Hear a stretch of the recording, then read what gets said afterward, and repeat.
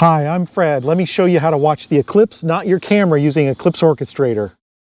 So we've got Eclipse Orchestrator running on a Windows PC connected to a Canon or Nikon DSLR, USB GPS for time of position, and then a Daystar ULF that's easy to remove for totality. Okay, so after you've got your camera set up and your location entered, you go to the script wizard, choose which eclipse you're going to, pick the camera you set up, there's your location. We're going to go set up some basic parameters if you want. And then the meat of it is right here. We want to pick which phenomena we want to take pictures of. So do you want photos of the uneclipsed sun? Do you want a rapid sequence to capture the first and fourth contacts when the moon is just kissing the sun? It's fun to do a partial phases every 1% magnitude. You can go time span or seconds of interval to build up an animation of the partial phase of the eclipse. Then during totality, as that approaches, we have the diamond ring effect, which is a kind of a medium exposure time, so you get some corona in the shot, but also the sparkle of the Bailey's beads.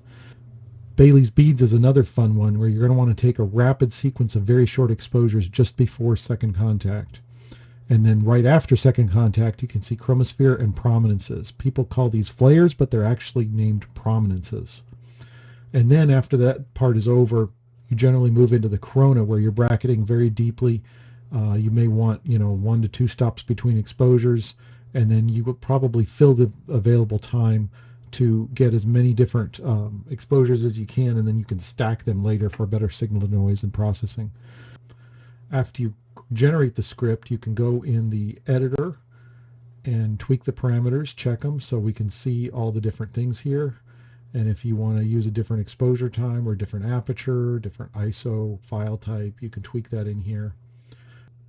You can also visualize the script graphically. On the horizontal axis is time, vertical axis is the exposure value. So as we move in towards totality here, you see the partial phase shots here, where we have the animation we've built up in the partial phases. And then we get the diamond ring shots right here, followed by the Bailey's beads is the yellow shots. Pink is for chromosphere and prominences are in red. And then we move into the corona shots. So different colors on this are the suggested ranges and time for different phenomena. So partial phases, diamond ring, Bailey's beads, prominences, chromosphere, corona, earthshine. And so you see with the corona shots, it's bracketing over a very wide range. You see even how long these couple second exposures are here.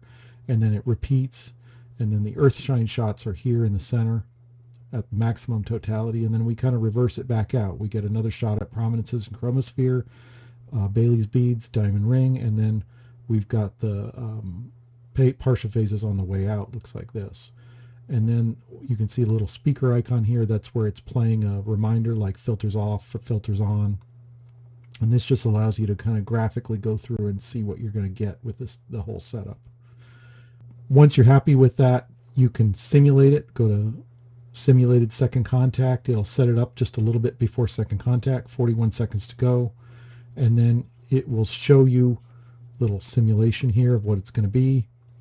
And then you'll hear the camera clicking away, hopefully, as the exposures come. 30 seconds. 30 seconds to go. The voice prompts just like the real eclipse will. So in a second here, you should hear me telling you to take the filter off. Filters off. Filters off. Then we've got another voice prompt, and then it goes on with the script.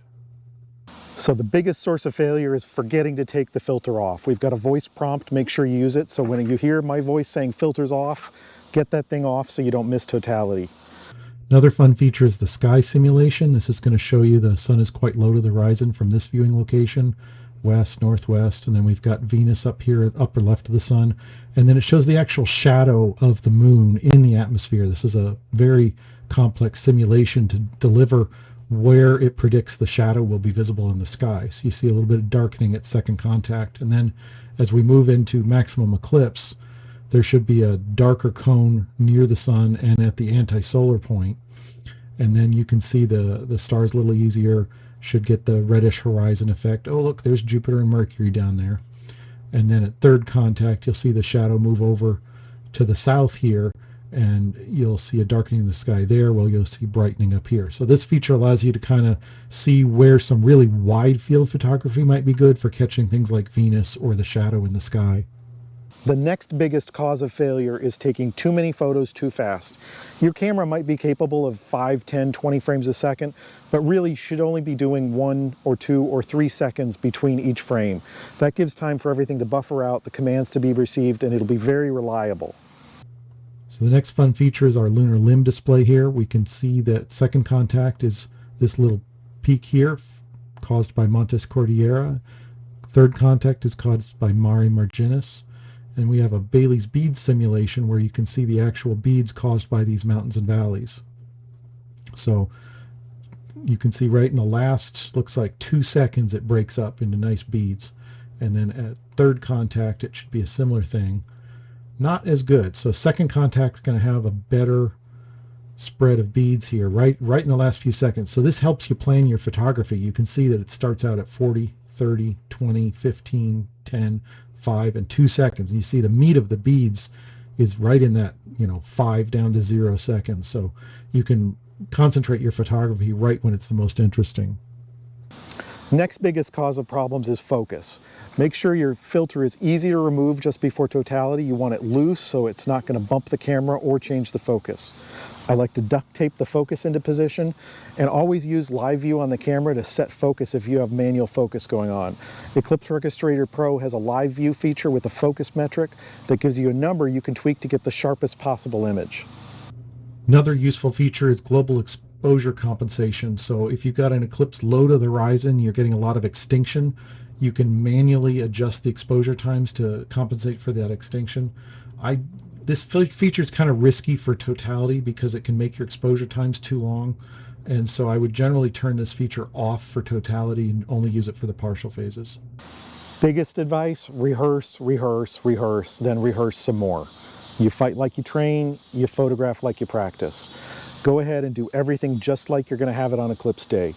Same cameras, same cables, same batteries, same laptops. You need to test, does your laptop battery last long enough? Is your memory card big enough? You want to make sure you have a plan for focusing.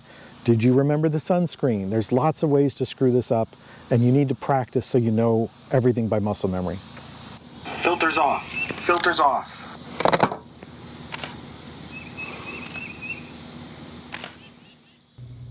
We've got a free version of the software that allows you to test if your camera is compatible. Good luck and clear skies!